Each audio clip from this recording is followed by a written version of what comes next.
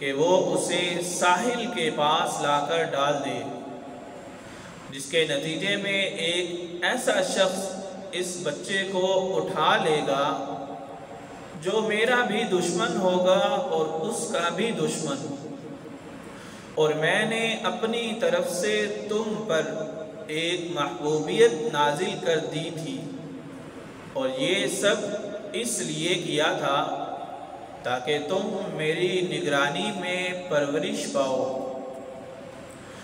اس وقت کا تصور کرو جب تمہاری بہن گھر سے چلتی ہے اور فرعون کے کارندوں سے یہ کہتی ہے کہ کیا میں تمہیں اس عورت کا پتہ بتاؤں جو اس بچے کو پالے؟